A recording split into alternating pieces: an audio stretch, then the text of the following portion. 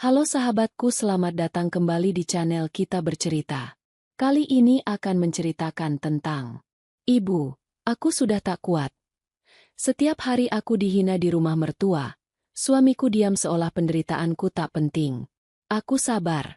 Aku diam. Aku mengerti. Tapi semakin ku diam, aku semakin dihancurkan. Akhirnya aku pilih pergi. Tapi aku tidak menyangka ini terjadi. Sebelum ceritanya dimulai, silahkan tulis di kolom komentar, dari kota mana saja kalian berasal.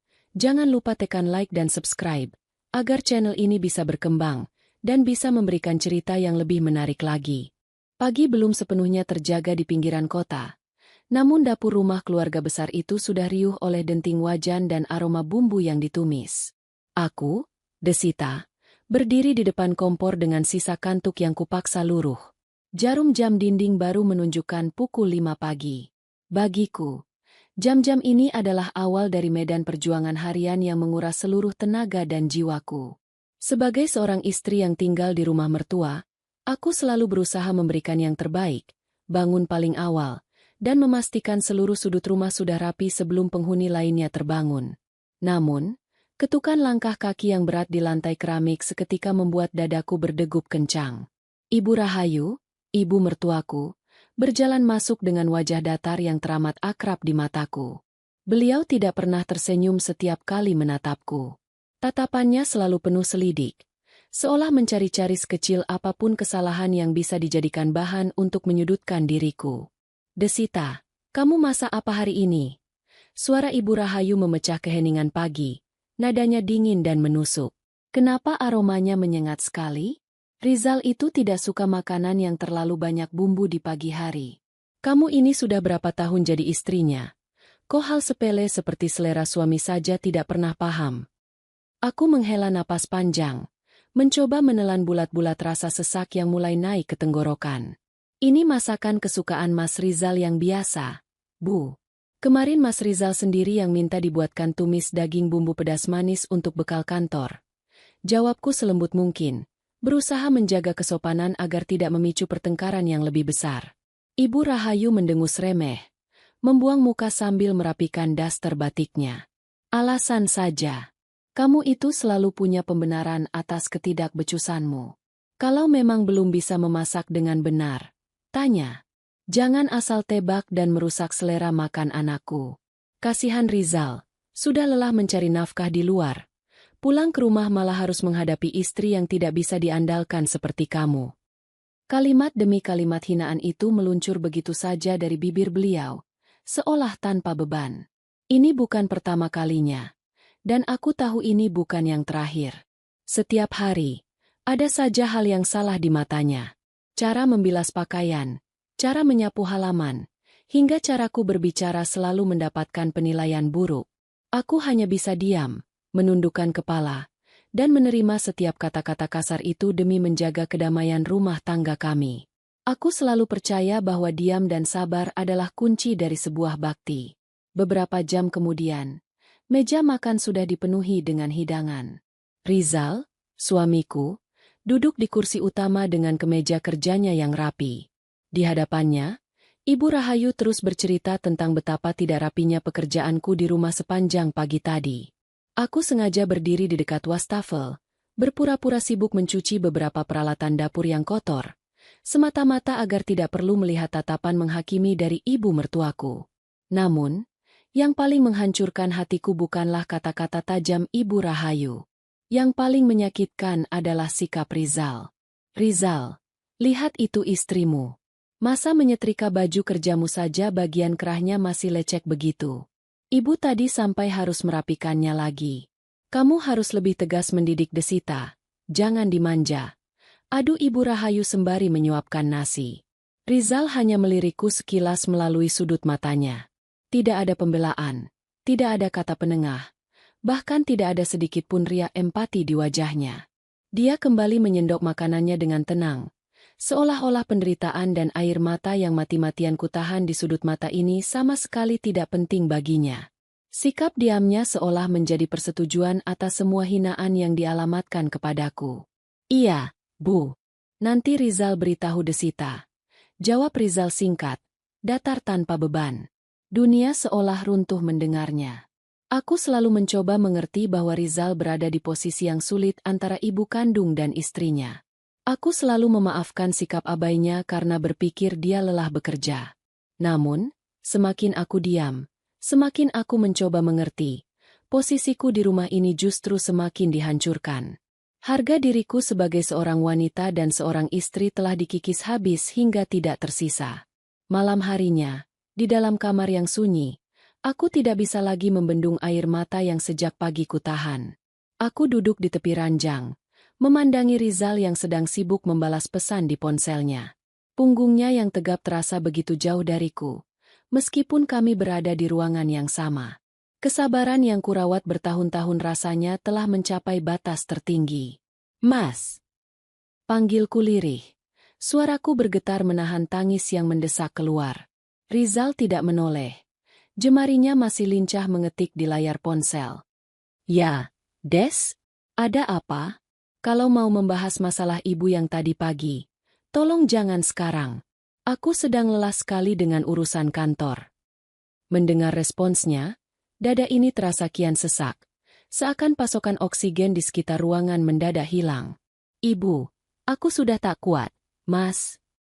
Bisikku akhirnya, meluapkan kalimat yang selama ini hanya berani ku simpan di dalam hati.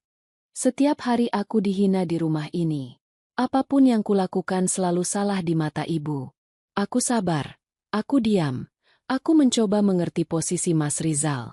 Tapi kenapa Mas selalu diam seolah-olah semua penderitaanku ini tidak penting bagi Mas?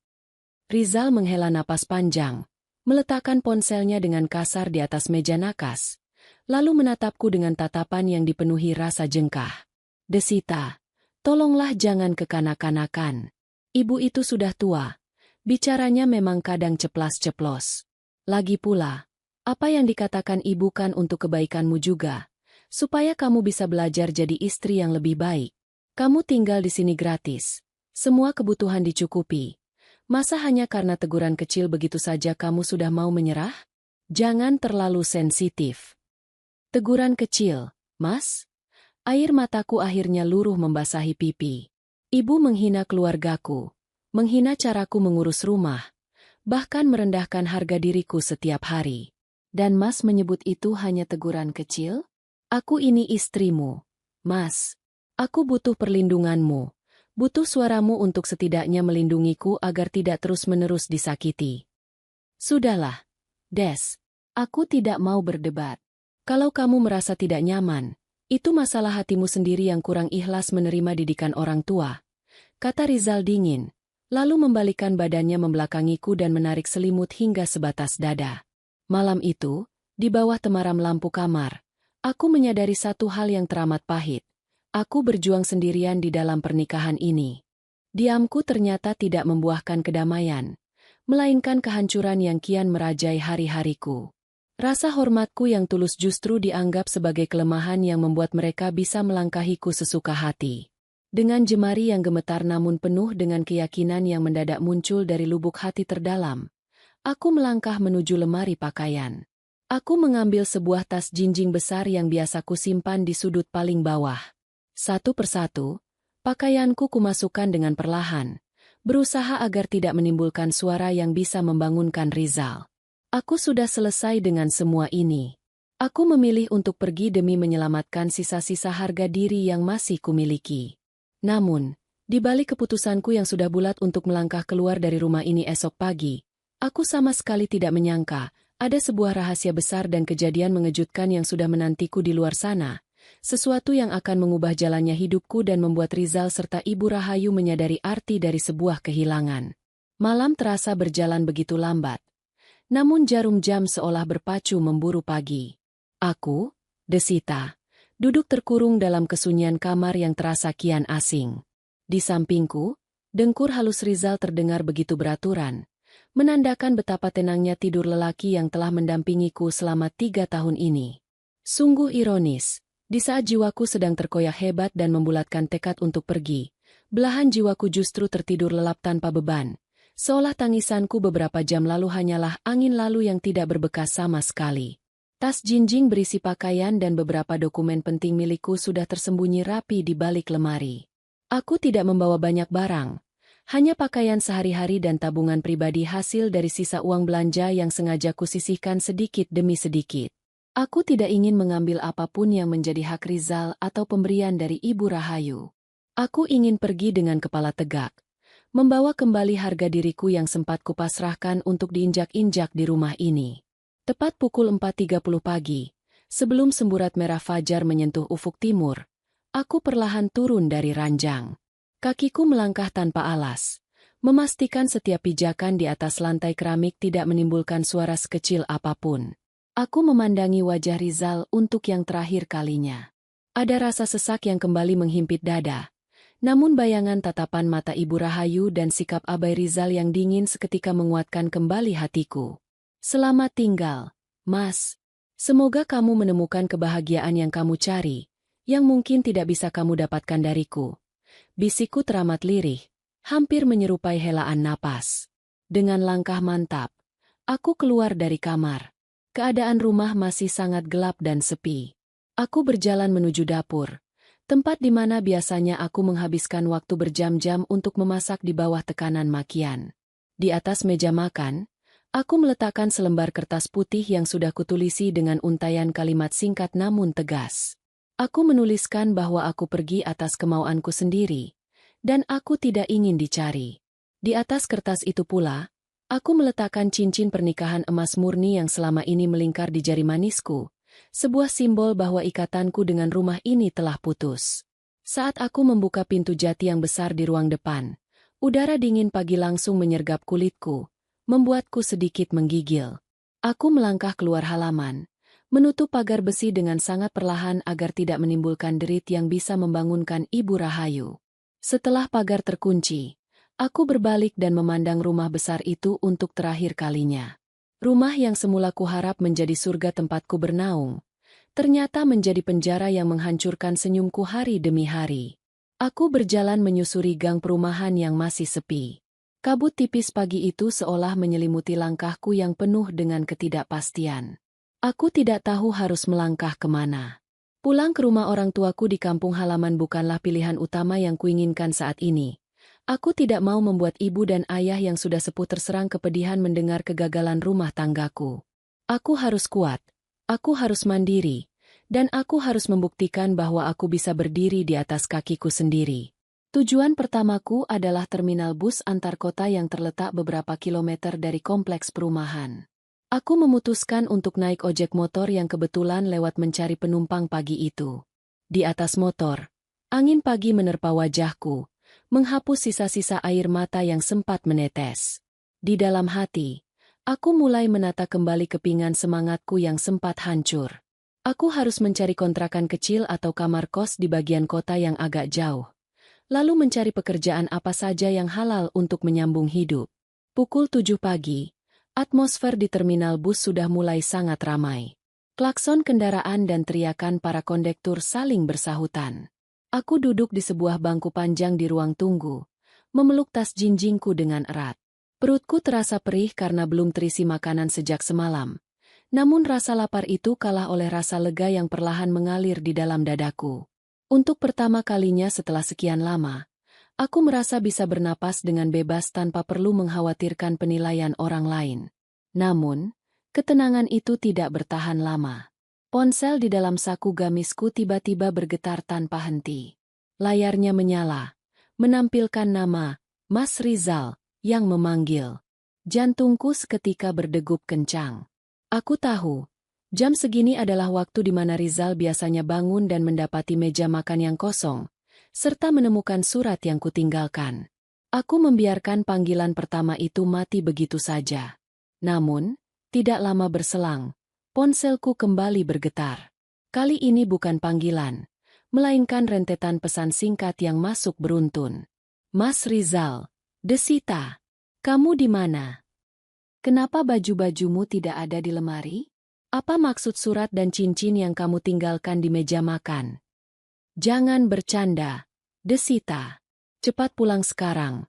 Ibu sedang marah besar karena sarapan belum siap. Aku menatap layar ponsel itu dengan senyum getir. Bahkan di saat aku sudah memilih untuk pergi menyelamatkan diri, yang dipikirkan Rizal pertama kali tetaplah kemarahan ibunya dan masalah sarapan yang belum siap. Tidak ada satu baris kalimat pun yang menanyakan bagaimana keadaanku, atau mengapa aku sampai nekat mengambil keputusan se-ekstrim ini.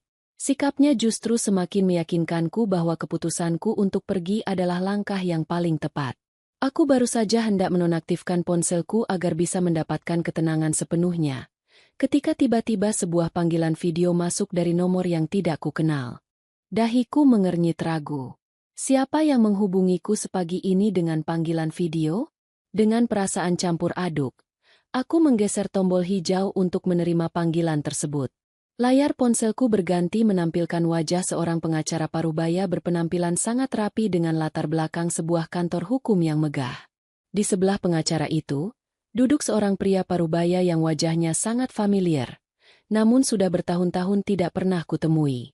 Dia adalah Pak Broto, sahabat karib dari almarhum ayah kandungku yang merupakan seorang pengusaha sukses.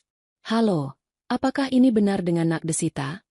Suara pria pengacara itu terdengar sangat sopan dan berwibawa melalui pengeras suara ponsel. Iya, betul. Saya Desita. Maaf, ini dengan siapa ya? Tanyaku dengan nada bingung, melupakan sejenak kegundahan hatiku tentang Rizal dan Ibu Rahayu. Pak Broto kemudian mendekat ke arah kamera, tersenyum dengan sangat tulus. Tatapan matanya dipenuhi rasa haru. Desita, ini Om Broto. Nak. Maaf, Om baru bisa menghubungimu sekarang setelah pencarian yang cukup panjang. Om membawa amanah yang sangat besar dari mendiang ayahmu sebelum beliau wafat beberapa tahun lalu. Aku tertegun. Genggamanku pada ponsel mengerat. Amanah apa, Om? Ayahmu sebenarnya memiliki aset investasi yang sangat besar atas nama pribadimu yang sengaja disembunyikan sampai kamu dirasa cukup dewasa dan mandiri. Hari ini, seluruh dokumen legalitas properti, saham, dan perusahaan logistik atas namamu sudah selesai diproses hukum. Kamu sekarang adalah pemilik sah dari seluruh warisan itu, Desita. Om sudah menyiapkan semuanya. Kamu tidak perlu hidup dalam kesulitan lagi. Jelas Pak Broto dengan suara mantap. Mendengar penjelasan itu, aku seolah terpaku di bangku terminal. Di saat aku merasa menjadi wanita paling malang yang diusir dan dihinakan oleh mertua serta diabaikan oleh suami, Tuhan justru membuka jalan lain yang sama sekali tidak pernah kuduga sebelumnya. Pintu takdir seolah berputar 180 derajat tepat di hari aku melangkahkan kaki keluar dari rumah terkutuk itu. Suara bising terminal antar kota mendadak senyap di telingaku. Kata-kata Om Broto yang terdengar dari pengeras suara ponsel seolah berdengung, berputar-putar di dalam kepalaku bagai sebuah mimpi di siang bolong. Aku, Desita, wanita yang baru saja melarikan diri dari jerat penghinaan, kini memandangi layar gawai dengan tangan yang gemetar hebat. Om tidak sedang bercanda, kan? Suaraku tercekat, nyaris tak keluar. Air mata yang sejak tadi kutahan karena rasa sedih, kini menetes karena rasa tidak percaya. Om Broto tersenyum hangat, tatapannya menyiratkan rasa sayang seorang ayah kepada putrinya. Om tidak pernah bercanda tentang amanah besar ini, Desita. Ayahmu adalah orang yang sangat visioner. Beliau tahu persis bagaimana dinamika hidup bisa berubah. Beliau sengaja menitipkan aset ini kepada Om untuk dikelola secara profesional sampai tiba waktu yang tepat, yaitu ketika kamu sudah benar-benar matang. Dan hari ini, Om rasa adalah waktu yang paling tepat. Beliau menghela napas sejenak sebelum melanjutkan.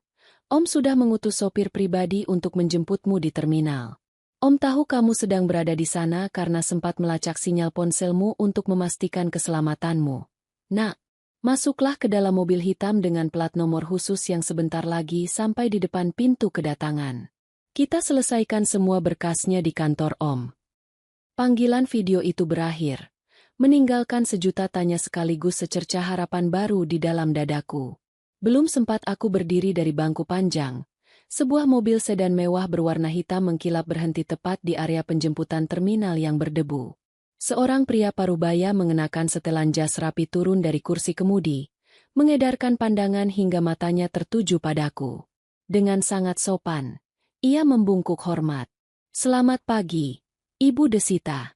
Saya diminta oleh Bapak Broto untuk menjemput Ibu. Ucapnya dengan nada yang teramat santun, sesuatu yang belum pernah kurasakan selama 3 tahun tinggal di rumah Ibu Rahayu. Ia dengan sigap mengambil alih tas jinjing kusam yang kupegang, lalu membukakan pintu penumpang bagian belakang untukku.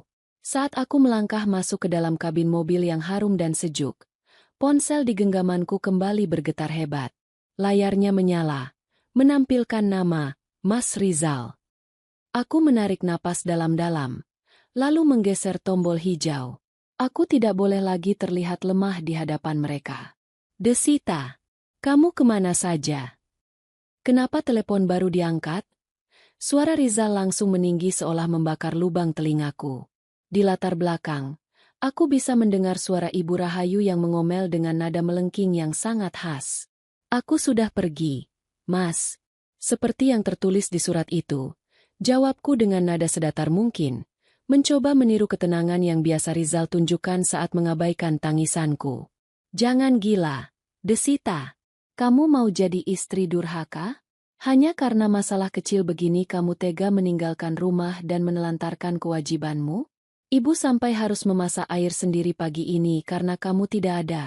Cepat pulang sekarang, atau aku akan. Atau apa, Mas? Aku memotong kalimatnya dengan tegas, membuat seberang telepon mendadak hening sejenak karena terkejut dengan keberanianku yang belum pernah ada sebelumnya. Kamu mau menceraikanku? Silakan. Aku tidak akan memohon lagi seperti dulu. Selama ini aku diam bukan karena aku bodoh. Mas, aku diam karena aku menghormatimu sebagai suamiku. Tapi sekarang, setelah kamu membiarkan ibumu menginjak-injak harga diriku tanpa sedikit pun pembelaan darimu, rasa hormat itu sudah habis. Sebelum Rizal sempat membalas, terdengar suara Ibu Rahayu yang merebut ponsel secara paksa. Heh, Desita. Dasar menantu tidak tahu diuntung. Bagus kalau kamu pergi.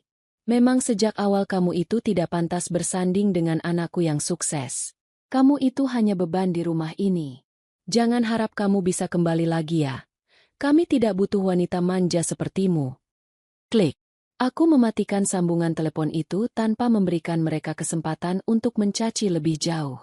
Aku langsung mematikan daya ponselku sepenuhnya. Udara di dalam mobil terasa begitu menenangkan. Untuk pertama kalinya, makian Ibu Rahayu tidak lagi membuat dadaku sesak, melainkan memicu sebuah tekad baru yang membara di dalam diriku. 1 jam kemudian, mobil mewah itu memasuki area perkantoran elit di pusat kota. Aku dibawa menuju lantai paling atas dari sebuah gedung pencakar langit. Di sana, Om Broto sudah menyambutku di sebuah ruangan kerja yang sangat luas dengan pemandangan kota dari balik dinding kaca. Di atas meja kerjanya yang besar, tumpukan berkas tebal bersampul kulit sudah tertata rapi. Duduklah, Desita, ujar Om Broto lembut, mempersilakanku duduk di kursi empuk yang nyaman. Ini adalah seluruh dokumen legalitas dari PT Logistik Nusantara, jaringan perhotelan, dan beberapa bidang tanah di pusat kota. Semua ini murni atas namamu, Desita. Sejak detik ini, kamu adalah pemegang saham mayoritas dan direktur utama dari perusahaan-perusahaan ini. Aku menyentuh permukaan berkas-berkas itu dengan jemari yang masih sedikit gemetar. Air mata haru menetes di atas kertas putih tersebut. Tuhan benar-benar maha adil. Di saat manusia merendahkanku hingga ke titik paling bawah, ketetapannya justru mengangkatku ke tempat yang tidak pernah kubayangkan. Terima kasih, Om. Terima kasih sudah menjaga amanah ayah dengan sangat baik. Ucapku tulus dengan suara serak. Ini memang sudah menjadi hakmu. Nak, sekarang, apa rencana pertamamu? Tanya Om Broto, menatapku dengan penuh rasa ingin tahu. Aku menghapus sisa air mata di pipiku, lalu menegakkan punggung. Tatapan mataku yang semula redup oleh kesedihan, kini berganti dengan pancaran keberanian yang kuat. Sifat Desita yang lemah lembut namun tegas yang selama ini terpendam, kini telah bangkit sepenuhnya. Aku ingin mulai mengelola perusahaan ini secara langsung, Om. Dan yang kedua, aku menjeda kalimatku sejenak, membayangkan wajah Rizal dan Ibu Rahayu yang selalu menganggapku sebagai beban yang miskin. Aku ingin membeli rumah besar tempat tinggal mereka saat ini. Aku tahu rumah itu masih atas nama pihak ketiga karena cicilannya sempat bermasalah. Aku ingin membeli seluruh aset mereka, dan membiarkan mereka tahu siapa sebenarnya wanita yang selama ini mereka sia-siakan. Bulan-bulan berganti dengan cepat, membawa perubahan besar dalam setiap helai napas kehidupan baruku. Aku, Desita, tidak lagi dikenal sebagai wanita yang rapuh dan berjalan menunduk di sudut dapur yang gelap. Kini, aku berdiri tegak di balik meja kerja yang megah sebagai pimpinan tertinggi di perusahaan logistik peninggalan almarhum ayahku. Pakaianku kini berganti dengan setelan blazer formal yang rapi, membalut tubuhku yang kini tampak jauh lebih segar dan bertenaga. Sinar kesedihan di mataku telah pudar, digantikan oleh binar ketegasan seorang wanita yang telah berhasil memungut kembali harga dirinya yang sempat hancur. Selama waktu berjalan, aku memilih untuk mematikan semua akses komunikasi lama. Aku mengganti nomor ponsel dan memutus semua jembatan yang menghubungkanku dengan masa lalu di rumah Ibu Rahayu. Fokus utamaku adalah belajar dengan cepat. Di bawah bimbingan langsung dari Om Broto, aku mendalami dinamika bisnis, membaca laporan keuangan, hingga memimpin rapat bersama para pemegang saham. Ternyata, kemampuan yang selama ini dianggap remeh oleh mantan mertuaku, ketelitian, kesabaran, dan ketahanan mental, menjadi modal utama yang membuatku cepat beradaptasi di dunia korporasi yang keras ini. Namun, di tengah kesibukanku yang padat, aku tidak pernah melupakan rencana yang telah kutata sejak hari pertama aku menginjakan kaki di kantor ini. Suatu sore di akhir pekan, seorang agen properti kepercayaan Om Broto datang ke ruanganku membawa sebuah map merah. Di dalamnya terdapat dokumen kepemilikan tanah dan bangunan atas rumah mewah yang selama ini ditempati oleh Rizal dan ibunya. Ibu Desita, semua proses berjalan lancar, ujar sang agen dengan sikap hormat. Seperti yang ibu ketahui, rumah milik keluarga Pak Rizal itu sebenarnya masih berstatus dalam jaminan karena perusahaan milik keluarga mereka mengalami kemunduran finansial yang cukup parah sejak beberapa bulan terakhir. Pemilik aslinya telah setuju untuk menjual aset tersebut kepada perusahaan kita secara tunai. Hari ini, sertifikat rumah itu resmi beralih atas nama Ibu Desita. Aku menyentuh lembaran sertifikat itu dengan ujung jariku. Ada rasa hambar yang menyergap, bukan rasa dendam yang meluap-luap. Aku hanya ingin mereka memahami satu hal penting. Roda kehidupan itu berputar, dan manusia tidak boleh sewenang-wenang merendahkan sesamanya hanya karena materi. Terima kasih. Tolong siapkan surat pemberitahuan resmi mengenai peralihan kepemilikan ini. Jawabku tenang. Kirimkan surat itu langsung ke alamat rumah tersebut esok pagi. Berikan mereka waktu 2 minggu untuk mengosongkan rumah, atau mereka harus berhadapan langsung dengan pemilik yang baru. Hari yang ditentukan pun tiba.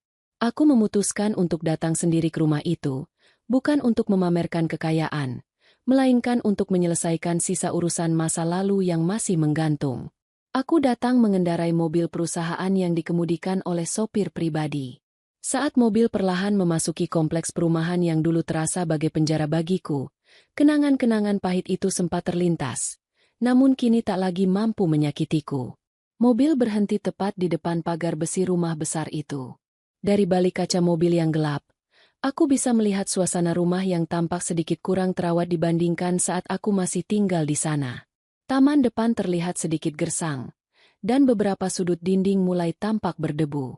Rupanya, sejak kepergianku, tidak ada lagi sosok yang dengan tulus merawat rumah ini dari pagi buta.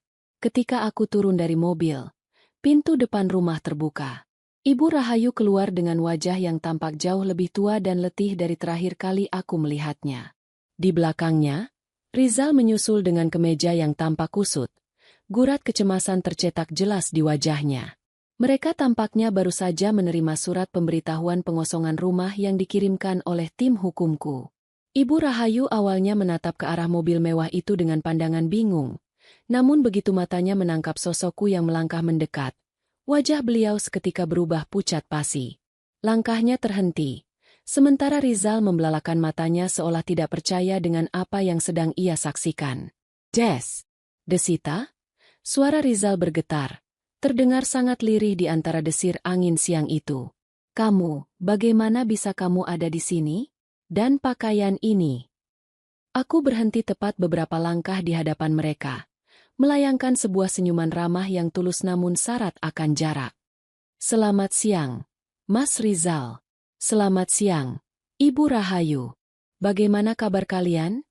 Tanyaku dengan nada suara yang sopan, tanpa ada nada ketakutan sedikit pun seperti sedia kala. Ibu Rahayu mencoba menguasai rasa terkejutnya, meskipun tangan beliau tampak bergetar saat memegang pagar. Desita. Jadi kamu wanita yang membeli rumah ini? Surat ini, perusahaan logistik yang mengakuisisi rumah kami, itu milikmu? Suara beliau tidak lagi melengking tinggi penuh hinaan, melainkan bergetar dipenuhi rasa tidak percaya dan kepasrahan yang mendalam. Suasana di halaman rumah besar itu mendadak hening seketika. Angin siang yang berembus perlahan tidak mampu mencairkan ketegangan yang membeku di antara kami. Aku, Desita, berdiri dengan tenang, menatap dua orang yang dulu suaranya begitu membuatku gemetar ketakutan. Kini, keadaan telah berbalik sepenuhnya. Tidak ada lagi air mata kesedihan. Yang ada hanyalah ketegasan seorang wanita yang telah merdeka dari belenggu ketertindasan. Rizal melangkah maju, mendekati pagar pembatas. Tatapan matanya beralih dari penampilanku yang kini jauh berbeda, lalu beralih ke mobil mewah yang terparkir di belakangku, dan berakhir pada map dokumen hukum yang kupegang. Wajah suamiku itu tampak begitu kuyu. Gurat-gurat kelelahan dan beban pikiran yang berat tercetak jelas di bawah matanya. Des, tolong jelaskan semua ini. Suara Rizal terdengar serak, hampir menyerupai bisikan keputusasaan. Bagaimana mungkin kamu bisa membeli rumah ini? Perusahaan logistik yang tertulis di surat ini. Dari mana kamu mendapatkan semua ini dalam waktu beberapa bulan saja? Sebelum aku sempat menjawab, Ibu Rahayu menyela. Sisa-sisa keangkuhan di wajahnya mencoba bangkit, meskipun getar di suaranya tidak bisa disembunyikan. Rizal, jangan-jangan dia menggunakan cara-cara yang tidak benar setelah pergi dari rumah kita. Mana mungkin seorang wanita yang tidak punya apa-apa seperti dia bisa langsung kaya raya kalau bukan karena... Cukup, Ibu. Potongku dengan nada suara yang rendah namun sangat bertenaga. Aku tidak berteriak. Namun ketegasanku sanggup membuat kata-kata Ibu Rahayu terhenti di udara. Aku menatap mata tua itu dengan pandangan lurus. Tolong jaga ucapan Ibu. Saya berdiri di sini bukan untuk mendengarkan hinaan yang sama seperti dulu. Saya berdiri di sini sebagai pemilik sah dari tanah dan bangunan ini. Aku membuka map merah yang kubawa, lalu menunjukkan lembaran sertifikat resmi yang sudah berstempel hukum. Semua ini adalah murni hasil dari peninggalan almarhum ayah kandung saya. Lanjutku dengan tenang, membiarkan kalimat itu meresap ke dalam pikiran mereka. Ayah saya adalah seorang pengusaha yang sengaja menyimpan asetnya atas nama saya hingga saya dinilai cukup matang. Selama 3 tahun saya tinggal di rumah ini, ibu selalu menghina saya, menyebut saya menantu miskin yang hanya menjadi beban bagi Mas Rizal. Padahal, saya diam hanya karena ingin berbakti. Bukan karena saya tidak punya harga diri. Mendengar penjelasan tersebut, Ibu Rahayu seketika terdiam 1000 bahasa. Wajahnya yang semula tegang mendadak berubah pucat pasi, seolah seluruh aliran darahnya tersedot habis. Beliau mundur 1 langkah, bersandar pada pilar teras rumah untuk menopang tubuhnya yang mendadak lemas. Penyesalan yang teramat dalam tampak mulai membayang di pelupuk matanya yang mulai berkaca-kaca. Rizal memegangi kepalanya dengan kedua tangan, tampak sangat terpukul oleh kenyataan yang baru saja didengarnya. Jadi, selama ini kamu adalah putri seorang pengusaha besar? Dan aku dengan bodohnya mengabaikanmu, membiarkanmu menangis setiap malam karena mengira kamu tidak punya tempat bersandar. Rizal menatapku dengan mata yang mulai berkaca-kaca, penuh dengan rasa bersalah yang teramat lambat untuk disadari. Iya, Mas. Jawabku lirih, menatapnya dengan rasa hambar. Kamu selalu memintaku untuk ikhlas menerima didikan ibumu. Kamu selalu bilang aku terlalu sensitif saat mengadukan rasa sakitku. Sekarang, setelah semua ini terjadi, apakah kamu baru menyadari bahwa sikap diammu itu adalah senjata paling mematikan yang menghancurkan pernikahan kita? Rizal melangkah mendekat, mencoba meraih jemariku dari sela-sela pagar. Desita. Aku mohon maafkan aku. Tolong beri aku kesempatan kedua. Aku tahu aku salah. Aku janji kita akan keluar dari rumah ini. Kita akan hidup berdua saja dan memulai semuanya dari awal. Tolong jangan tinggalkan aku seperti ini, Des. Aku perlahan menarik tanganku mundur sebelum jemarinya sempat menyentuh kulitku. Aku menggelengkan kepala dengan perlahan namun penuh keyakinan. Sudah terlambat, Mas. Kesempatan itu sudah habis bersamaan dengan surat dan cincin yang kutinggalkan di meja makan beberapa bulan lalu. Rasa cintaku telah habis terkikis oleh ketidakpedulianmu. Aku merapikan kembali dokumen di dalam map merahku, lalu memandang mereka untuk yang terakhir kalinya. Rasa sesak yang dulu selalu menghantui setiap kali aku berada di dekat rumah ini, kini telah lenyap sepenuhnya, berganti dengan rasa lega yang teramat lapang. Sesuai dengan surat pemberitahuan yang dikirimkan oleh tim hukum saya, kalian memiliki waktu 2 minggu untuk mengemasi barang-barang pribadi kalian dan mengosongkan rumah ini. Ucapku formal, layaknya seorang pemilik aset yang berbicara kepada penyewa. Saya tidak akan mempersulit prosesnya, namun saya harap kalian bisa menghormati batas waktu tersebut. Ibu Rahayu tiba-tiba melangkah maju dengan lemas. Matanya menatapku dengan pandangan memohon yang belum pernah kubayangkan akan keluar dari sosoknya yang dulu begitu angkuh. Desita, Ibu mohon. Nak, Ibu sudah tua. Perusahaan Rizal sedang diambang kebangkrutan. Kami tidak tahu harus tinggal di mana jika harus keluar dari rumah ini dalam waktu dekat. Maafkan kesalahan Ibu yang lalu, Nak. Aku menatap Ibu Rahayu, merasakan secercah rasa iba sebagai sesama manusia. Namun logika dan ketegasanku tidak membiarkanku goyah. Saya sudah memaafkan semua perbuatan Ibu sejak hari saya melangkah keluar dari rumah ini, Bu. Namun, memaafkan bukan berarti saya harus membiarkan diri saya kembali ke dalam lingkaran yang menyakitkan. Keputusan mengenai rumah ini sudah bulat. Aku berbalik membelakangi mereka, berjalan dengan langkah mantap menuju mobil perusahaan yang pintunya sudah dibukakan oleh sopir pribadiku. Saat aku duduk di kursi belakang yang nyaman dan mobil mulai bergerak meninggalkan pekarangan rumah tersebut, aku menatap keluar jendela. Aku melihat bayangan Rizal dan Ibu Rahayu yang berdiri lemas di depan pagar yang kian mengecil di kejauhan. Hari ini, lembaran masa lalu itu telah benar-benar kututup. Aku, Desita, telah berhasil melewati badai kehancuran dan keluar sebagai wanita yang jauh lebih kuat, mandiri, dan siap menjemput masa depan baru yang cerah di atas kaki sendiri. 2 minggu berlalu bagaikan kedipan mata. Hari ini adalah batas akhir yang kutetapkan bagi Rizal dan Ibu Rahayu untuk mengosongkan rumah yang kini telah resmi menjadi milikku. Aku, Desita, duduk di kursi belakang mobil dengan pandangan lurus menatap jalanan kota yang mulai padat. Tidak ada debar ketakutan. Tidak ada kecemasan yang meremas dada seperti waktu dulu. Yang ada hanyalah ketenangan sedalam telaga. Aku datang bukan untuk menyaksikan kehancuran mereka dengan rasa dendam, melainkan untuk memastikan bahwa babak kelam dalam hidupku telah benar-benar selesai dan tersegel rapat. Mobil berhenti tepat di depan pagar besi yang kini terbuka lebar. Suasana rumah tampak begitu berantakan. Beberapa kardus coklat berukuran besar tampak bertumpuk di teras rumah yang berdebu. Beberapa orang pekerja angkut barang tampak sibuk memindahkan perabotan ke dalam sebuah truk sewaan yang terparkir di pinggir jalan. Rumah yang dulunya selalu dituntut untuk tampak sempurna dan bersih tanpa noda oleh Ibu Rahayu, kini terlihat begitu rapuh dan kehilangan kemegahannya. Aku turun dari mobil dengan langkah yang anggun, mengenakan tunik kasual namun elegan yang mencerminkan posisiku saat ini. Saat kakiku menapak di halaman, Rizal keluar dari dalam rumah sambil memanggul sebuah kardus kecil.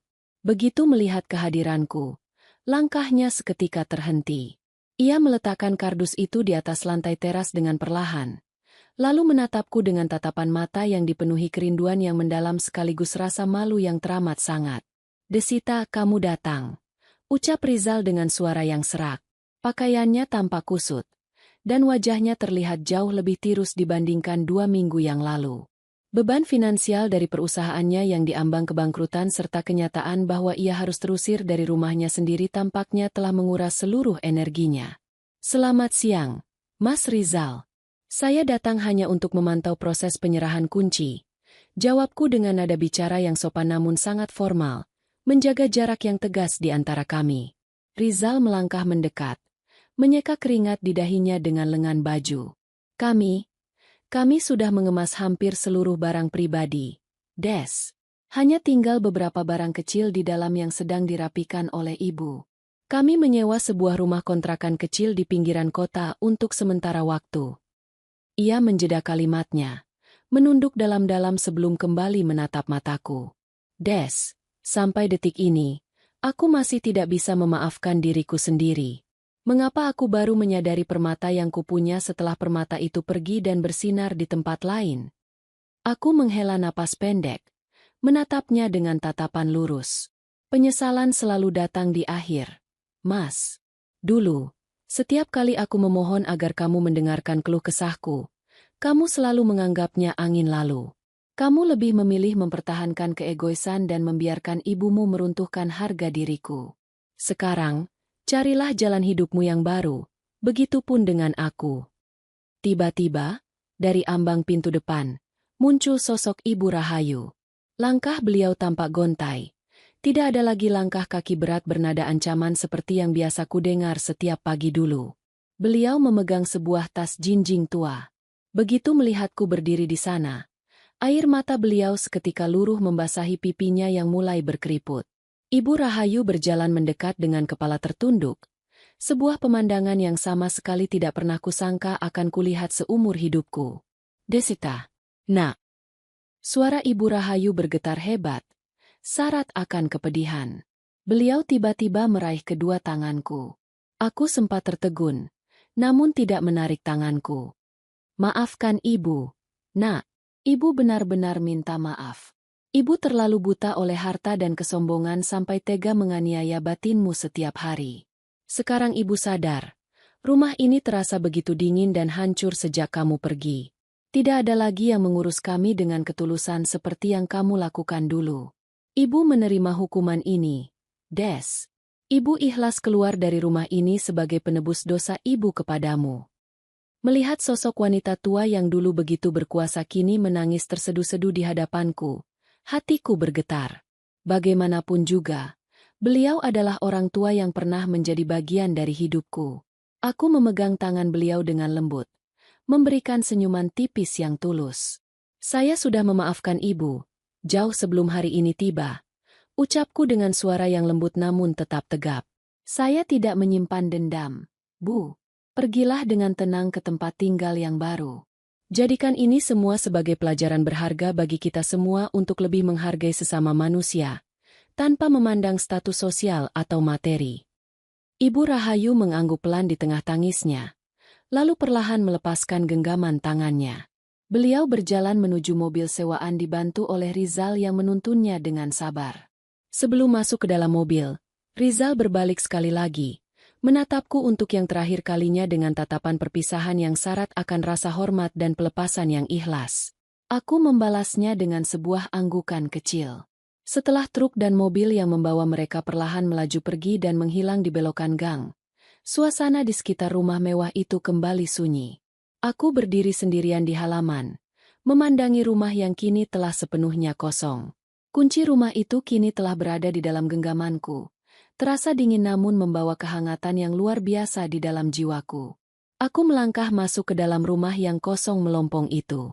Setiap sudut ruangan menggemakan kenangan masa lalu. Namun kini kenangan itu tidak lagi memicu rasa sakit. Tempat ini akan kujual kembali atau kujadikan aset yayasan sosial untuk membantu para wanita yang membutuhkan perlindungan. Aku tidak ingin tinggal di sini karena masa depanku tidak berada di dalam dinding-dinding ini. Aku berjalan keluar, menutup pintu depan dengan rapat, dan menguncinya. Saat aku melangkah kembali menuju mobil perusahaanku, fajar di dalam hatiku telah terbit sepenuhnya. Aku, Desita, telah berhasil menutup bab pertama dari buku kehidupanku yang penuh air mata, dan kini aku siap menuliskan bab-bab selanjutnya dengan tinta emas keberhasilan, kemandirian, dan kebahagiaan yang sejati di atas kaki sendiri. Setahun telah berlalu sejak hari di mana truk barang itu membawa pergi Rizal dan Ibu Rahayu dari rumah besar yang kini telah kubah fungsinya menjadi rumah singgah bagi wanita dan anak-anak korban kekerasan domestik. Aku, Desita, kini berdiri di depan jendela besar kantor pusat PT Logistik Nusantara. Kota di bawah sana tampak sibuk, bergerak selaras dengan detak jantungku yang kini jauh lebih tenang dan teratur. Tidak ada lagi sisa-sisa trauma. Waktu dan kesibukan yang produktif telah menjadi obat terbaik untuk menyembuhkan luka-luka masa lalu. Di bawah kepemimpinanku, perusahaan peninggalan ayah berkembang pesat. Kami baru saja menandatangani kontrak kerjasama internasional untuk memperluas rute distribusi ke luar negeri.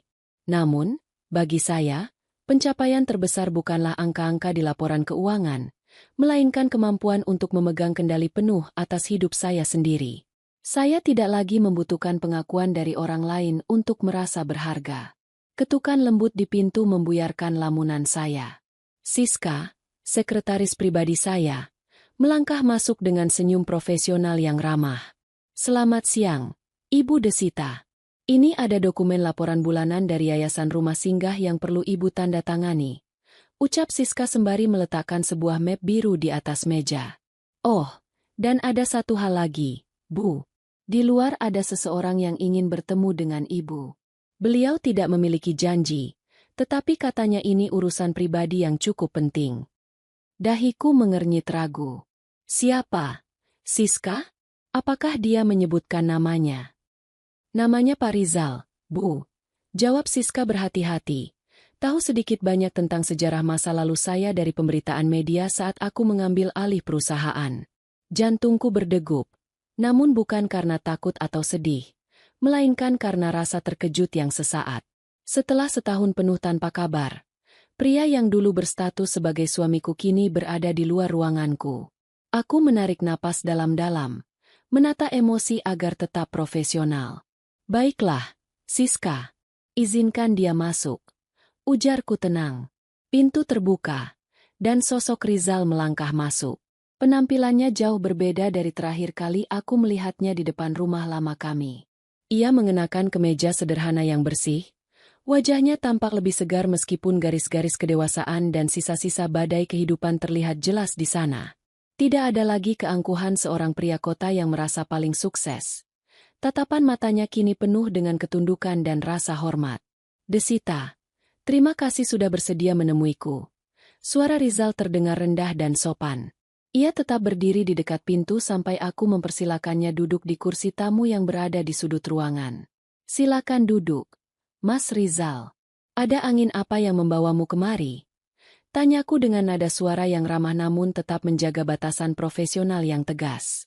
Rizal duduk dengan canggung, meletakkan selembar amplop coklat di atas meja kopi di antara kami. "Aku datang untuk menyelesaikan apa yang belum selesai di antara kita secara hukum, Des.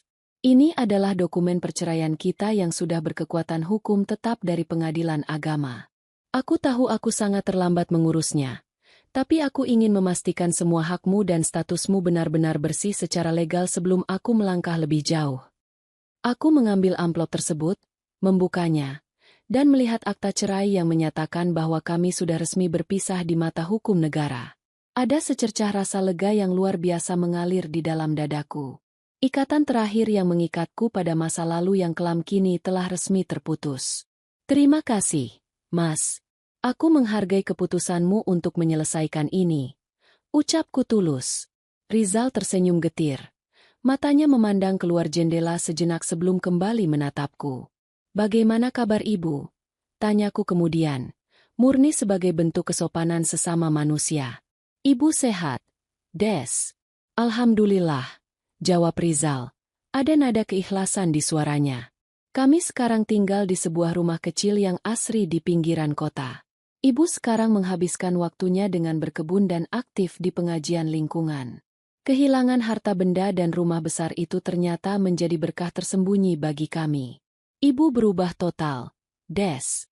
Beliau menjadi sosok yang sangat lembut dan sering merindukanmu, bukan dengan rasa bersalah yang merusak, tapi dengan doa-doa baik untuk kebahagiaanmu." Rizal menghela napas panjang, lalu menatapku dengan tatapan paling jujur yang pernah kulihat darinya. "Aku sendiri sekarang bekerja sebagai manajer operasional di sebuah perusahaan swasta menengah. Gajinya tidak seberapa dibanding dulu, tapi rasanya sangat berkah.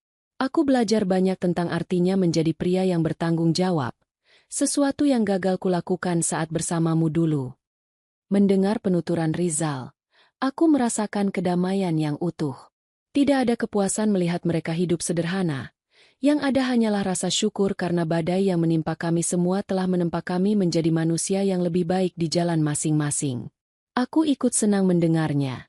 "Mas, Sungguh, ujarku dengan senyuman hangat yang tanpa beban. Rizal berdiri dari kursinya, menandakan bahwa urusannya telah selesai. Aku pergi dulu, Desita. Terima kasih telah mengajarkanku arti dari sebuah kesabaran dan batasan harga diri melalui kepergianmu. Kamu layak mendapatkan semua kebahagiaan dan kesuksesan ini. Selamat tinggal. Selamat tinggal, Mas. Semoga sukses di jalanmu yang baru. Balasku. Saat Rizal melangkah keluar dari ruangan dan pintu tertutup rapat, aku memandangi akta cerai di tanganku. Hari ini, di atas altar kehidupan yang baru, aku, Desita, tidak lagi menengok ke belakang dengan rasa penyesalan. Aku berjalan menuju meja kerjaku, menandatangani berkas-berkas yayasan, dan bersiap menyambut masa depan yang sepenuhnya bersih, cerah, dan mandiri di atas kaki sendiri. Hari-hari berlalu dengan ritme yang teratur dan menenangkan. Di dalam ruang kerja saya yang baru, aroma kopi hitam berpadu hangat dengan wangi esensial lavender yang sengaja kupasang di sudut ruangan. Aku, Desita, kini duduk di balik meja jati besar, menandatangani beberapa berkas ekspansi jaringan logistik ke wilayah timur Indonesia. Lembaran akta cerai yang kuterima dari Rizal 2 minggu lalu kini telah tersimpan rapi di dalam laci khusus dokumen pribadi di rumah. Lembaran itu bukan lagi simbol kegagalan, melainkan sebuah piagam kebebasan yang sah.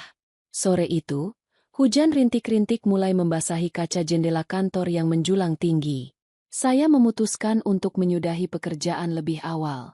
Sejak memegang kendali penuh atas perusahaan dan yayasan rumah singgah, saya belajar satu hal penting yang dulu tidak pernah bisa kulakukan saat masih menjadi istri Rizal, menghargai diri sendiri dan meluangkan waktu untuk ketenangan jiwa. Saat saya berjalan menuju lobi gedung, beberapa karyawan membungkuk hormat, menyapa dengan senyuman tulus yang hangat. Selamat sore, Ibu Desita. Hati-hati di jalan, sepertinya di luar mulai mendung tebal. Ujar Pak Joko, kepala keamanan gedung yang selalu ramah. Selamat sore, Pak Joko. Terima kasih, Bapak juga jaga kesehatannya. Balasku dengan senyuman tulus yang lepas. Sungguh sebuah kontras yang luar biasa jika mengingat setahun lalu, di mana setiap langkahku di dalam rumah mertua selalu diiringi tatapan sinis dan teguran ketat dari Ibu Rahayu. Di tempat ini, aku dihargai bukan karena berapa banyak materi yang kupunya, melainkan karena profesionalisme dan caraku memperlakukan sesama manusia dengan setara. Sopir pribadi saya, Pak Joni, mengantarkan saya ke sebuah kafe kecil bernuansa klasik di dekat area perumahan saya yang baru. Saya sengaja memilih tempat ini untuk menikmati waktu sendiri sebelum pulang ke rumah. Di sudut kafe yang tenang, saya memesan secangkir teh chamomile hangat dan sepotong kue lemon. Sembari memandangi tetesan air hujan yang mengalir di kaca kafe, saya membuka ponsel baru saya. Di sana ada sebuah pesan masuk dari nomor pengelola Yayasan Rumah Singgah, Lentera Desita. Mbak Ambar, pengelola yayasan, selamat sore, Ibu Desita. Saya hanya ingin mengabarkan bahwa 3 orang ibu rumah tangga yang bulan lalu datang ke rumah singgah kita dalam keadaan trauma berat, hari ini sudah mulai bisa tersenyum. Mereka sangat antusias mengikuti kelas pelatihan menjahit dan manajemen usaha mikro yang Ibu fasilitasi. Terima kasih banyak atas kebaikan Ibu. Membaca pesan itu, sudut bibirku terangkat, mengukir senyum kebahagiaan yang sangat dalam. Air mata haru hampir saja menetes. Namun kali ini adalah air mata rasa syukur.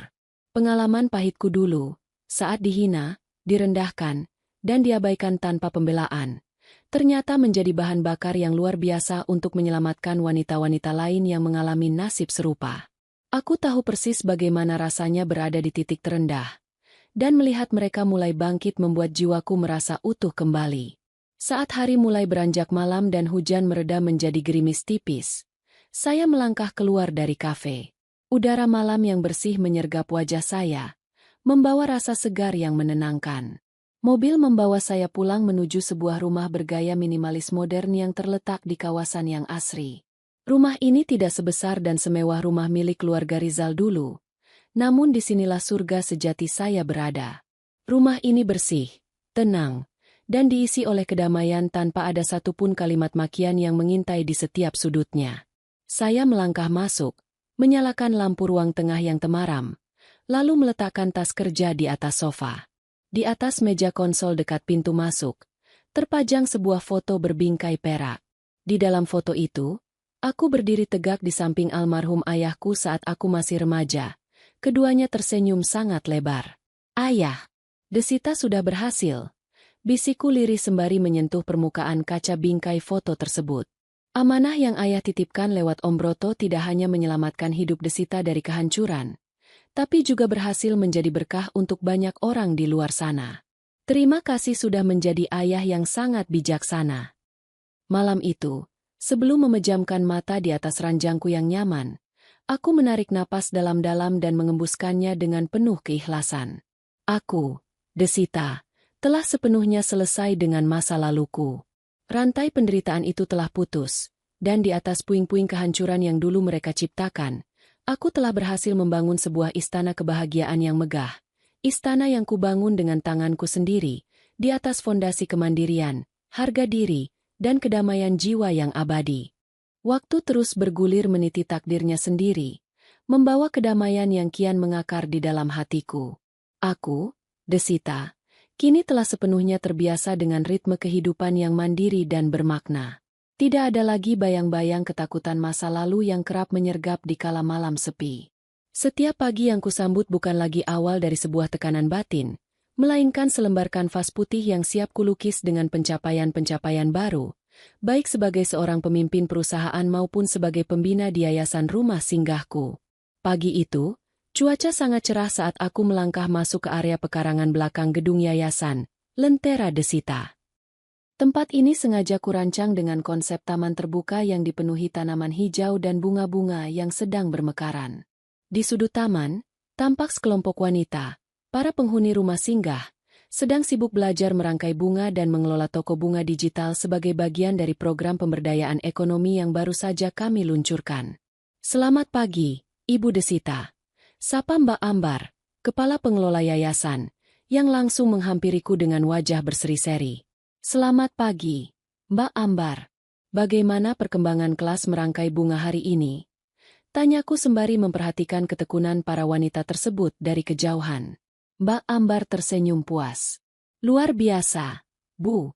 Mereka sangat bersemangat. Bahkan beberapa hasil rangkaian bunga mereka kemarin sudah mulai dipesan oleh beberapa kantor di sekitar area ini untuk hiasan meja altar dan ruang rapat.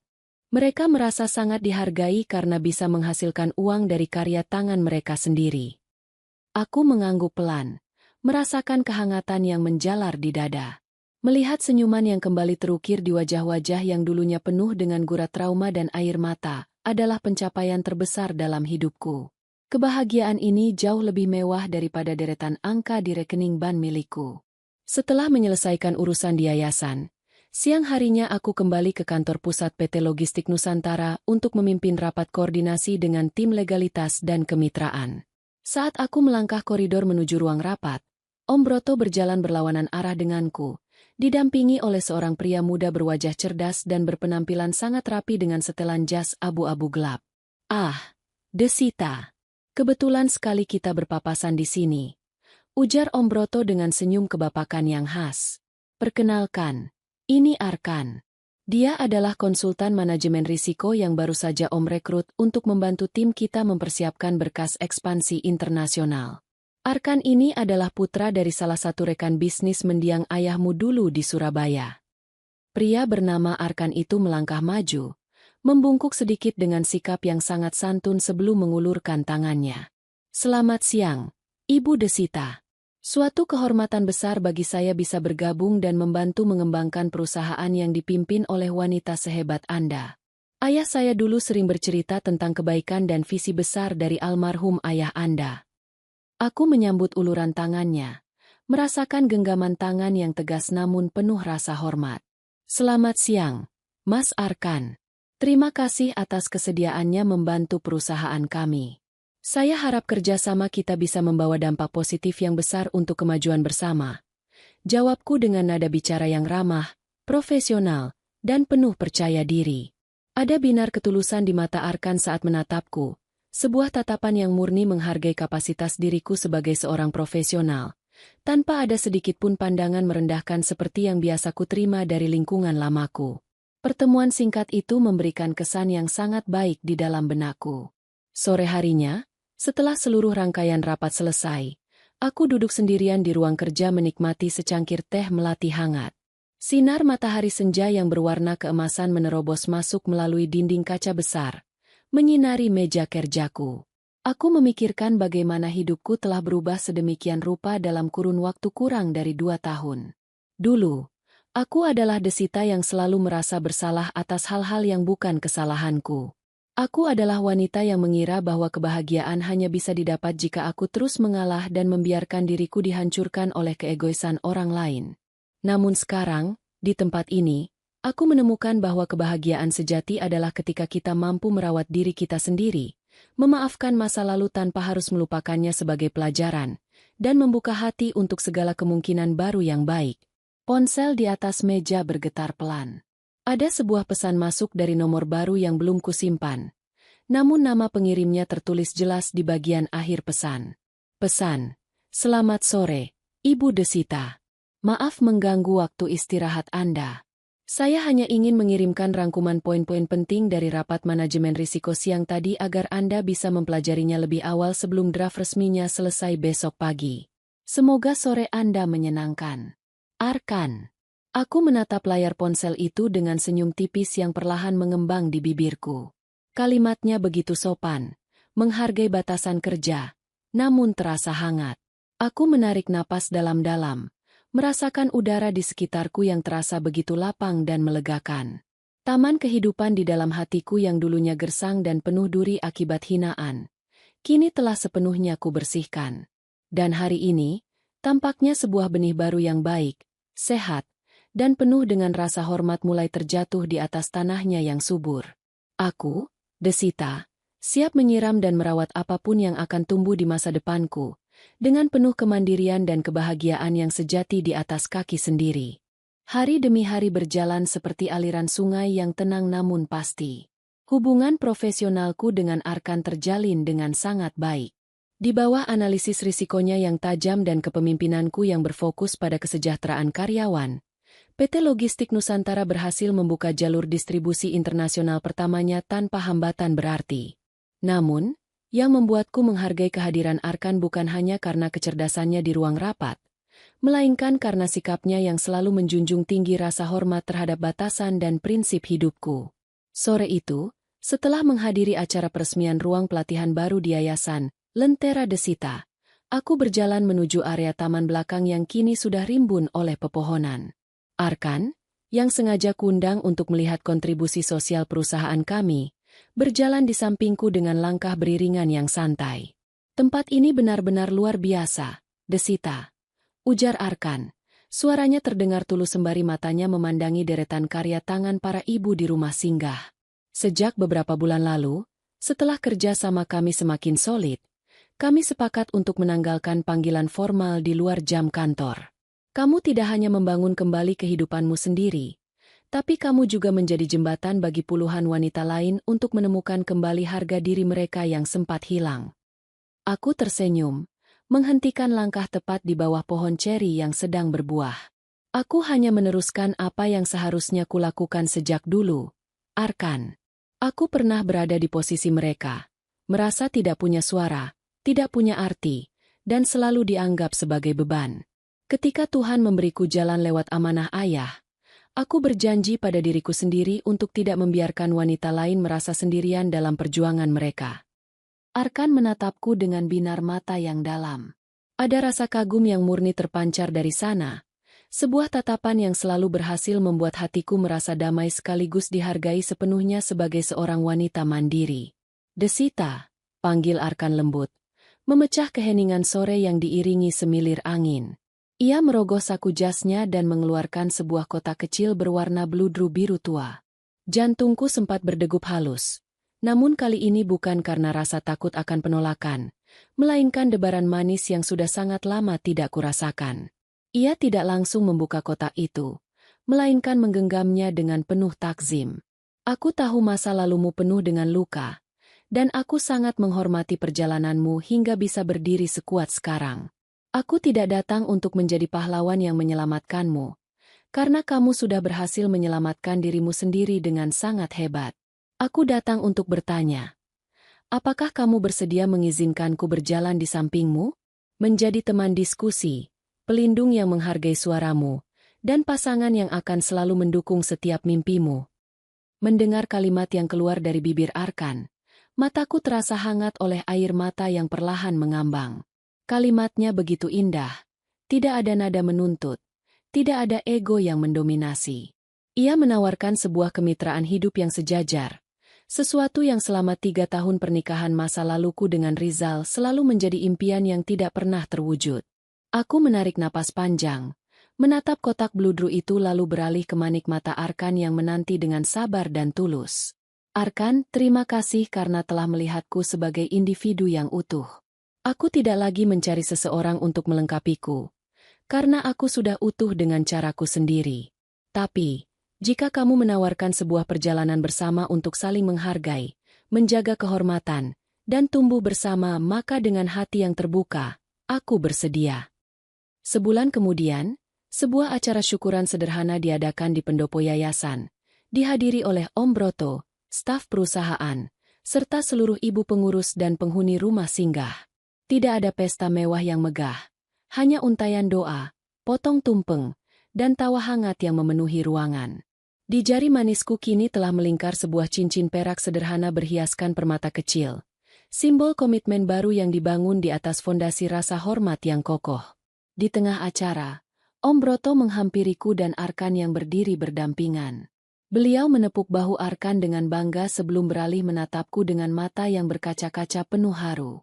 Ayahmu pasti sangat bangga melihatmu hari ini, Desita. Kamu telah mekar dengan sempurna, melewati badai besar, dan kini kamu memegang kendali penuh atas kebahagiaanmu sendiri. Bisik Om Broto dengan suara bergetar. Aku memeluk pria paruhbaya yang sudah kuanggap seperti ayah kandungku sendiri itu dengan erat. Semua ini juga berkat bimbingan Om. Terima kasih sudah selalu ada untukku. Ketika malam mulai menjemput dan para tamu perlahan berpamitan, aku berdiri di bawah langit malam yang bertabur bintang di halaman yayasan. Aku, Desita, memandangi refleksi diriku di kaca jendela yang besar. Wanita yang dulu dihina, dihancurkan batinnya, dan diabaikan di sudut rumah mertua kini telah sepenuhnya tiada. Yang berdiri di sini sekarang adalah seorang wanita yang kuat, berdaya, dan dicintai dengan penuh penghormatan. Roda takdir telah berputar sepenuhnya. Kisah sedih itu telah selesai ditutup, dan kini aku melangkah masuk ke dalam babak baru kehidupanku dengan kepala tegak, penuh senyuman, dan kebahagiaan sejati yang abadi di atas kaki sendiri. Kehidupan setelah hari syukuran di pendopo yayasan berjalan dengan penuh berkah. Aku, Desita, kini merasakan bagaimana rasanya menjalani hari-hari didampingi oleh seseorang yang tidak hanya menghormati keberadaanku, tetapi juga menghargai setiap pemikiran yang kulontarkan. Arkan terbukti menjadi pasangan diskusi yang luar biasa. Ia tidak pernah mencoba mendominasi arah kebijakan PT Logistik Nusantara, melainkan selalu memosisikan dirinya sebagai penasihat strategis yang menaruh rasa hormat paling tinggi pada setiap keputusan akhir yang kuambil sebagai direktur utama. 1 bulan setelah komitmen baru itu terjalin, sebuah undangan resmi dengan kop surat Lembaga Sosial Nasional tiba di meja kerjaku. Yayasan, Lentera Desita, diundang untuk menjadi pembicara utama dalam sebuah seminar nasional bertajuk Kemandirian Ekonomi Wanita sebagai Pilar Ketahanan Keluarga. Ini adalah sebuah kehormatan besar, sekaligus pembuktian nyata bahwa air mata yang dulu kukeluarkan tidak menguap sia-sia, melainkan membeku menjadi fondasi kekuatan bagi ribuan wanita lain. Ini kesempatan yang sangat bagus untuk memperluas jaringan yayasan kita, Desita, ujar Arkan sore itu, saat kami berdua sedang meninjau materi presentasi di ruang kerjaku. Ia duduk di seberang meja, menatap layar laptop dengan kacamata baca yang bertengger di hidungnya, menambah kesan cerdas pada penampilannya. Iya, Arkan. Aku ingin dalam seminar nanti, fokus kita bukan hanya pada teori, tapi pada simulasi real bagaimana para ibu di rumah singgah bisa langsung terhubung dengan pasar digital. Balasku sembari mencatat beberapa poin penting di komputer tablet milikku. Arkan mengangguk setuju, lalu menatapku dengan senyuman hangat. Aku selalu kagum dengan caramu berpikir. Kamu selalu mendahulukan kepentingan orang lain. Rapat persiapan berjalan hingga menjelang maghrib. Setelah Arkan pamit untuk menyelesaikan beberapa urusan administrasi dengan tim legal, aku memutuskan untuk turun ke lobi gedung sendiri. Langkah kakiku terasa ringan menyusuri lantai marmer yang bersih. Namun, ketenangan sore itu mendadak terusik ketika mataku menangkap sosok seorang pria yang sedang berdiri canggung di dekat meja resepsionis lobi utama. Pria itu mengenakan kemeja batik yang tampak agak pudar warnanya. Postur tubuhnya tidak lagi tegap seperti dulu.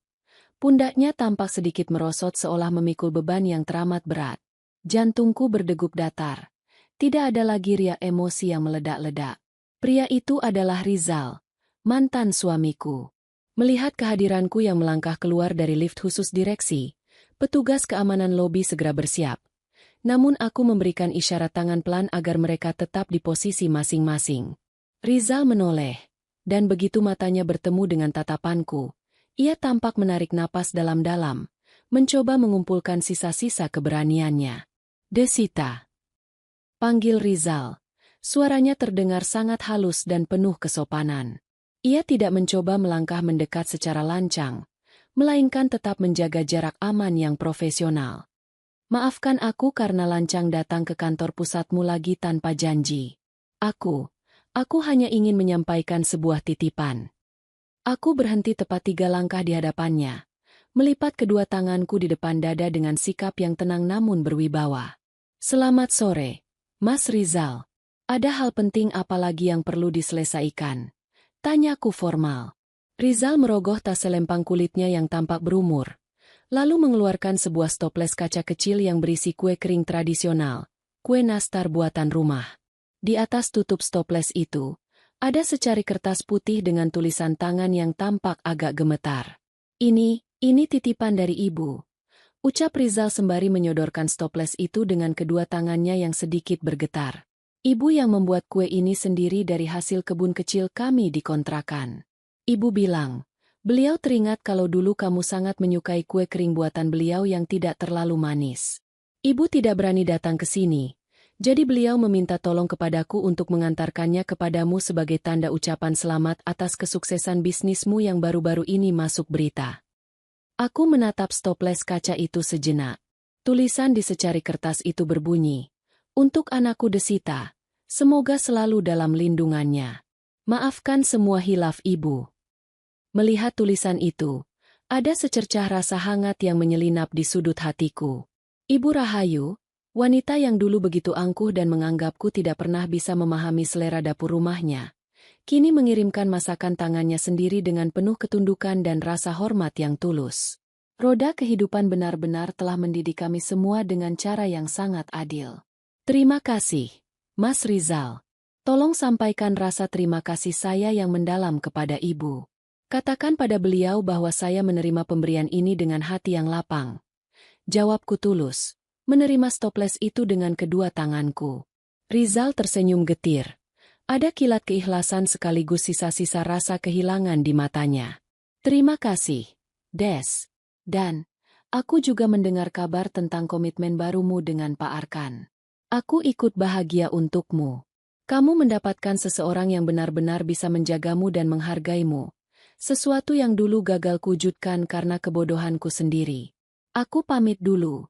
Desita, semoga hidupmu selalu dipenuhi berkah.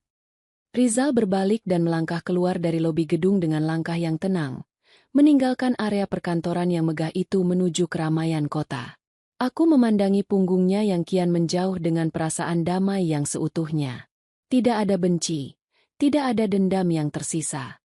Kehadiran Ria kecil dari masa lalu itu justru kian mempertegas bahwa jiwaku telah benar-benar sembuh dan berdamai dengan sejarah.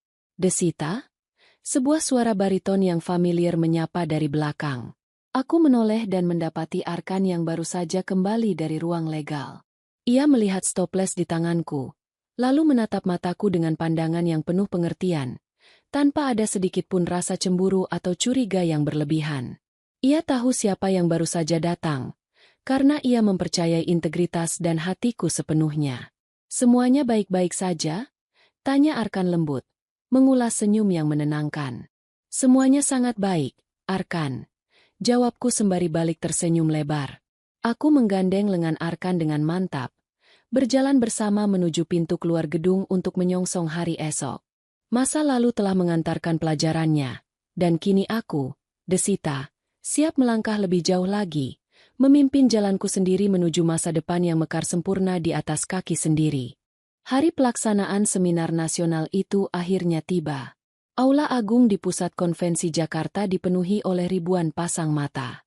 Banner besar bertuliskan, "Kemandirian Ekonomi Wanita sebagai Pilar Ketahanan Keluarga," terpampang megah di atas panggung utama.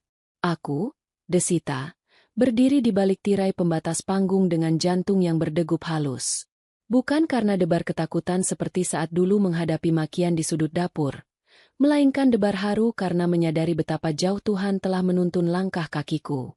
Dari sela-sela tirai, aku melihat Arkan duduk di barisan kursi VIP terdepan. Pria itu menatap ke arah panggung dengan senyuman yang tak pernah pudar, memberikan kekuatan tak kasat mata yang memenuhi rongga dadaku. Di sebelahnya, Om Broto tampak menyeka sudut matanya yang basah dengan sapu tangan. Saat pembawa acara memanggil namaku, gemuruh tepuk tangan membahana memecah keheningan aula.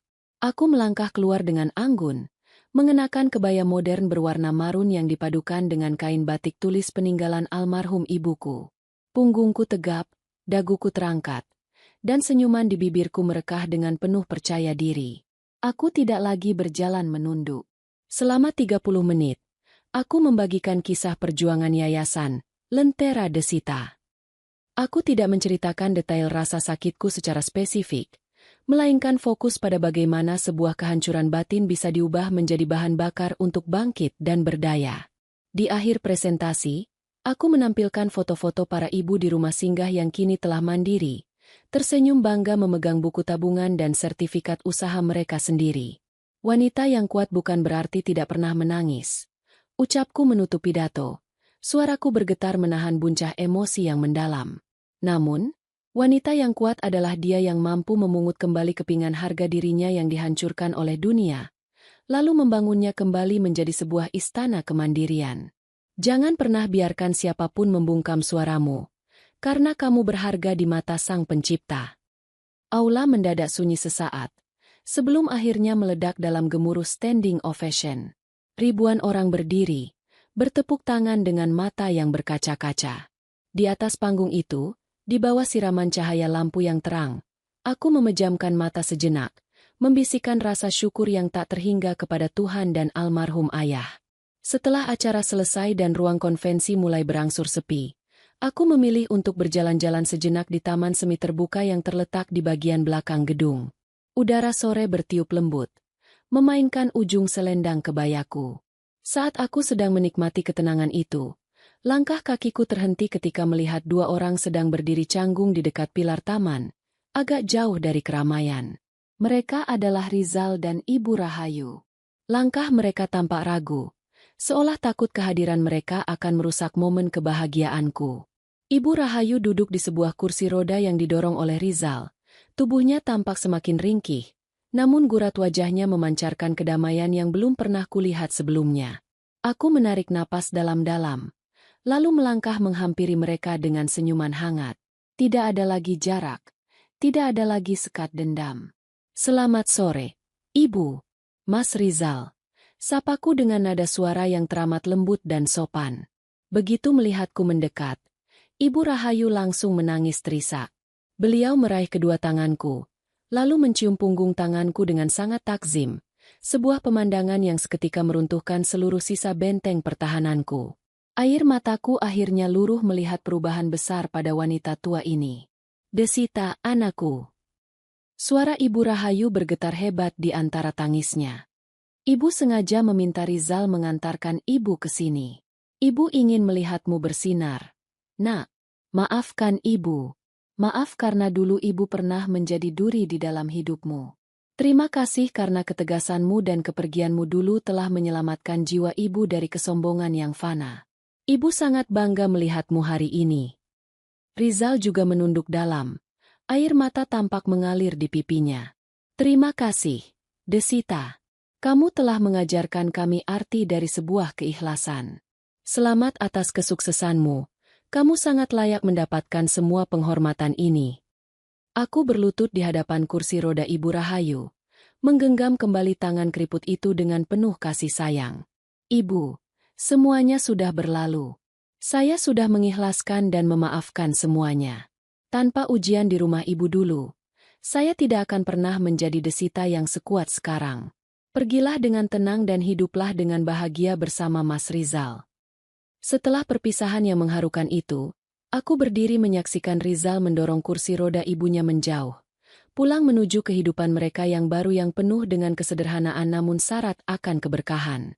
Aku menghapus sisa air mata di pipiku dengan sapu tangan, merasakan sebuah kelegaan yang luar biasa lapang. Hatiku kini telah bersih sempurna, tanpa ada satu mili pun ruang untuk rasa benci.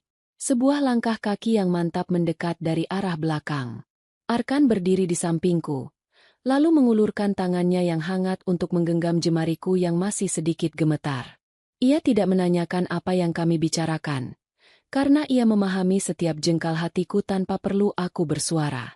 Kamu luar biasa hari ini, Desita. Ufuk barumu sudah mekar dengan sangat sempurna. Bisik Arkan lembut, menatapku dengan penuh rasa cinta dan penghormatan yang teramat tinggi. Aku menoleh ke arah Arkan, lalu menyandarkan kepalaku di bahunya yang kokoh sembari memandangi langit senja yang berwarna keemasan di atas cakrawala kota Jakarta. Kisah pilu seorang wanita bernama Desita yang dihina dan dihancurkan di rumah mertuanya kini telah resmi berakhir. Dan di atas altar takdir yang baru, aku melangkah masuk ke dalam lembaran masa depan yang penuh dengan cinta sejati, kedamaian yang utuh, dan kebahagiaan yang hakiki, berdiri dengan tegak dan mulia, sepenuhnya di atas kaki sendiri. Dari kisah tadi, kita belajar bahwa setiap perjalanan hidup selalu membawa pesan yang berharga. Semoga ada hikmah yang bisa kita petik bersama hari ini. Kalau kalian suka dengan cerita seperti ini, silakan tekan tombol like dan subscribe sebagai bentuk dukungan kamu untuk channel ini. Terima kasih sudah meluangkan waktu kalian. Tetaplah menjadi bagian dari channel Kita Bercerita ini, dan sampai jumpa di kisah inspiratif berikutnya.